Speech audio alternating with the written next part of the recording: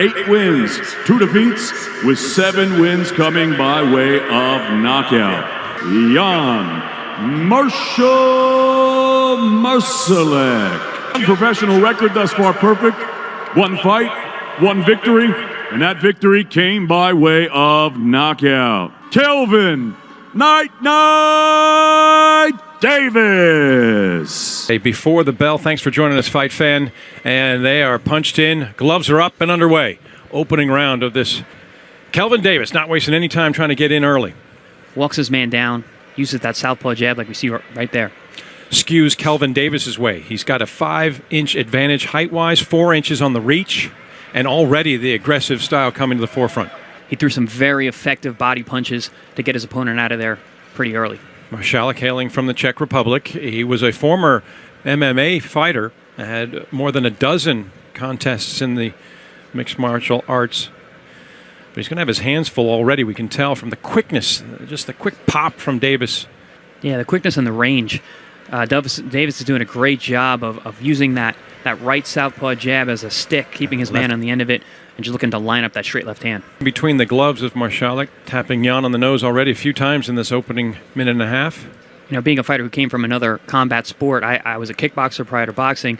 You know, and now we got Marsalek coming from MMA. You know, there is a distinct transition period. It's a difficult thing to overcome.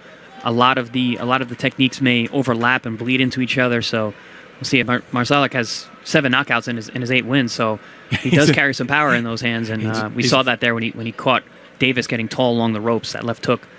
Now able to make the read, the adjustments after that early, the peppering he took from Davis. But now he's using a little bit of head movement, some feints to get himself inside and put some leather on Davis. Yeah, so final bell on the opening round, and a good exchange between the two after Davis looked to establish himself early as the aggressor, things evening out as things finish. Yeah, again, 9 years difference between the two. We talk about the experience that Marsalek has, but it's not as if it's abundant and overwhelming.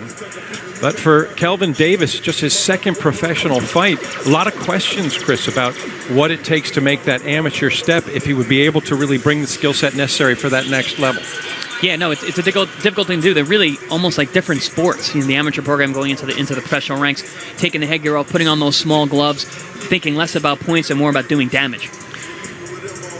For Marsalek, as he was able to turn things around, there's the left hand that's able to get in, just grazing the chin, but enough to be a wake-up call for Davis. Yeah, for sure. Davis made a little mistake there. He moved back straight along the ropes with his head up in the air. That's what you do not want to do as a tall fighter. As round 2 gets underway. Having a longer reach is beneficial from the outside, but not on the inside. In this case, as Marsalek looks to crowd in, almost get inside the trunks of Davis, he wants this to be an eyeball-to-eyeball fight.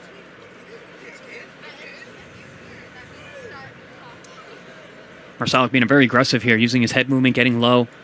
You know, he does have that MMA background, so almost looking like he's a wrestler trying to shoot in on his opponent. Yeah, interesting that David Dvorak is in the corner for Marsalek. He is a MMA fighter currently who's going to be fighting in a week's time on a UFC card. They'll swap places in 7 days' time, as it will be Marsalek in the corner, former MMA fighter who's training Dvorak.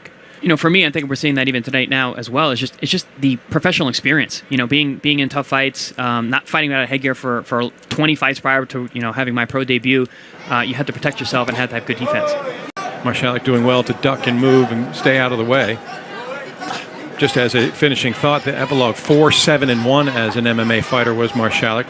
Big cut from the right hand, but missing as the Czech found nothing but air.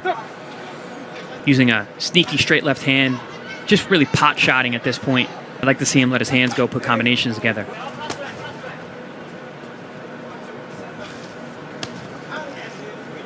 Good head movement there from the 6'1" super lightweight.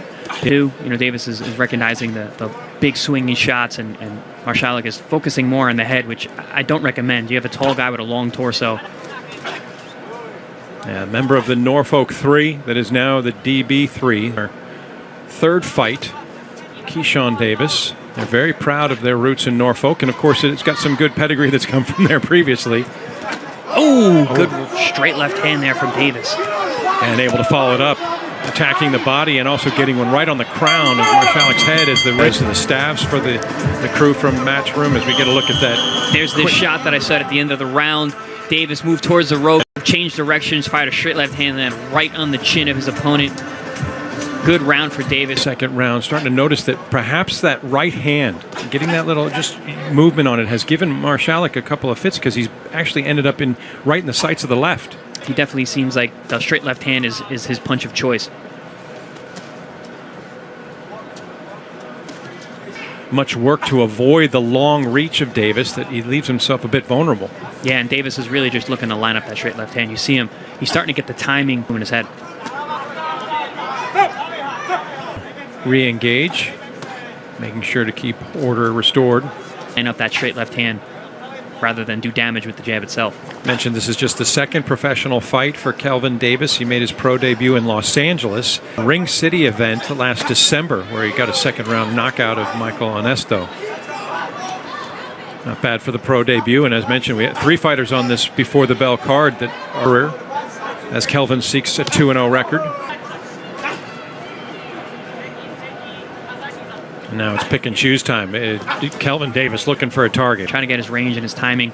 You know, he was timing Marsalek well on the way in earlier in the round to get this. Get his man out of there. I think he hit him there, hurt him there with the straight left hand. Looking for Hail Mary shots. He's having a lot of trouble getting past the range. Right hand, then left hand follows by Davis that are finding their mark, trying to take something out of Jan. Absolutely. He's done a great job of settling the pace down, using his height and his reach.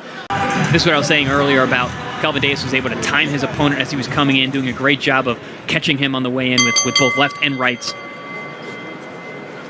And the final round in this scheduled 4-round bout, Kelvin Davis is just a couple minutes away from a 2-0 start to his professional career, unless there is something very, very hidden. I love seeing a tall fighter fighting tall. He understands, he has the range. That's one thing a fighter can ever do. You can't grow. You either have the range or you don't. And Kelvin Davis certainly does, and he's using it to his advantage. Just a bit, you saw a little bit of that rope-a-dope and a little tap of the glove on the top of the head. That didn't sit well with Jan, but flare-up of emotion that actually could backfire for Marsalek.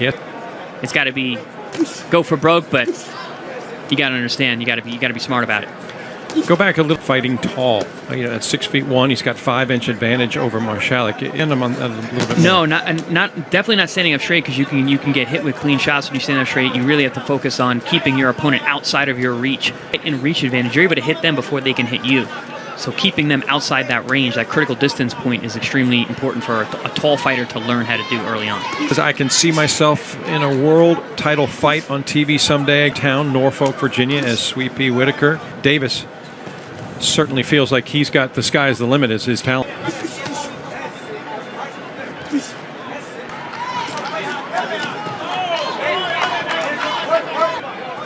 Good shots from Marsalek here. He's done well in the middle portion of this 4th round that got the attention of Davis. The hallmark of this bout, Marsalek, he's been using extensive effort to try to find a way to get in. Oh, and there is a contact that he was looking for. Jan Marsalek rings the bell of Kelvin Davis. And just as everybody was assuming it was done and dusted for Davis, Marsalek makes a whole lot of noise. Davis still looks hurt. Looking on wobbly legs here. He's just trying to ride this out. He's hoping the last second skip past as Marsalek has a moment, and that's it. Done. Boy, wow. There was some bruising and damage done by the Czech. Talk about saved by the bell. Truly. Wow. What an unforeseeable shot that came in. Certainly Kelvin Davis didn't see it coming. Like that, so close to when you thought this fight was over. What's that going to do? A lingering effect? It's going to mean he's got to go back to the drawing board and keep working on his technique, work on staying long, and get his timing a little bit better. Because right there, he went to throw an uppercut. His chin was on the line. Marsalek had the overhand right coming in. And boom, we see the effect right there.